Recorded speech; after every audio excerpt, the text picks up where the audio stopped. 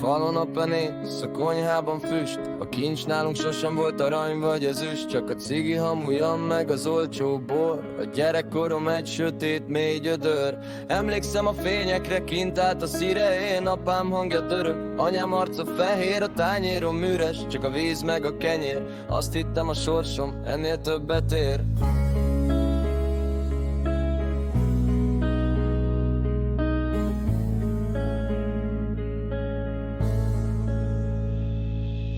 Megfogadtam régen, hogy én más leszek, hogy nem taposom én is ezeket a köveket. De a vér kötelez, vagy a város elnyel. A bűn lassan talált meg, de nem enged el. Mert az éjszakát járom a fagyja eső. Nekem a sötétség az egyetlen pihentető. Otthon a pokol, kint meg az utca. A fájdalmat a pohár alja mossa és vissza. Nincs már szerelem, csak kihasznált percek. A barátok bentek, a falak meg vernek.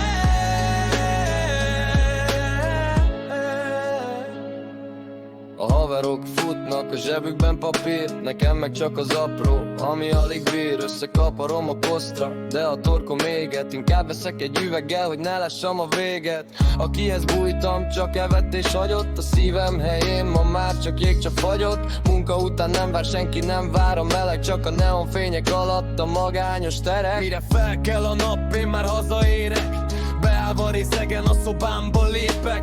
Kulcsra zárt ajtó, itt senki nem ér el. Vívom a harcom a tegnapi énnel. Kikapcsol a gép, elhallgat a zaj, de belül még ordít az örökös baj. Mert az éjszakát járom a fagyja eső. Nekem a sötétség az egyetlen pihentető. Otthon a pokol, kint